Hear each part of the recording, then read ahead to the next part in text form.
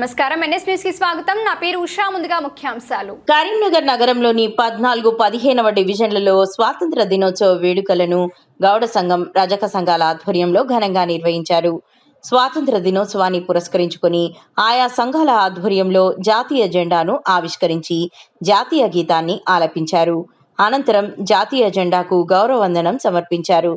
ఈ సందర్భంగా సంఘాల ప్రతినిధులు మాట్లాడుతూ దేశ స్వాతంత్ర్యం కోసం పోరాడిన మహనీయుల త్యాగాలను ప్రతి ఒక్కరూ స్మరించుకోవాలని అన్నారు.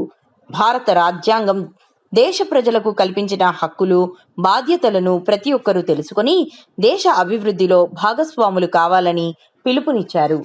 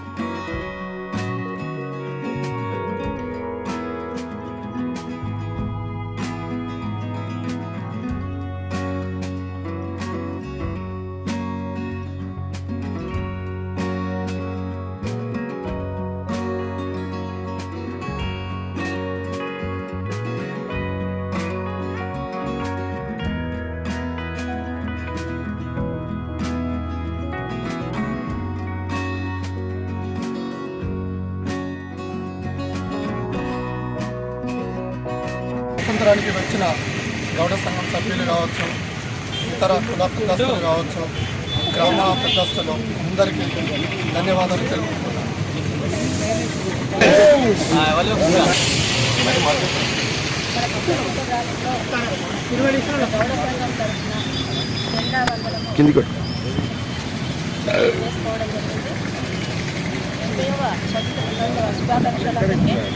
మన గౌడ సంఘం పెద్దలు, అన్నలు, అక్కలు అందరికీ నా నమస్కారాలు తెలియజేస్తూ, మన యొక్క ఈ స్వతంత్ర దినోత్సవము ఎంతోమంది జనుల యొక్క ఫలితంగా చరిత్ర రావడం జరిగింది.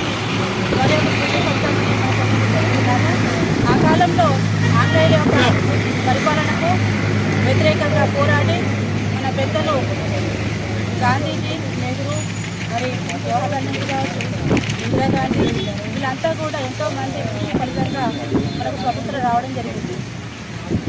దీన్ని మన యొక్క రాబోయే తరాలకు తెలియజేయాలి. మన పిల్లలు మంచి ప్రగతి పౌరులుగా తీర్చిదిద్దాలని కోరుకుంటూ స్వతంత్ర భారత్కి ఈరోజు లోని 14వ డివిజన్లో మన చింతకుంట రజక సంఘం ఆధ్వర్యంలో 80వ స్వాతంత్ర దినోత్సవ వేడుకలు అంగరంగ వైభవంగా జరుపుకోవడం జరుగుతుంది. ఈ చింతకుంట రజక సంఘం సాకాలి ఐలమ్మకు నివాళులు అర్పించుకుంటూ స్వతంత్ర పోరాట యోధులకు వాళ్ళందరినీ గుర్తు చేసుకుంటూ ఈరోజు రజక సంఘం ఆధ్వర్యంలో ఘనంగా జాతీయ జెండావిష్కరణ కార్యక్రమం నిర్వహించుకోవడం జరిగింది.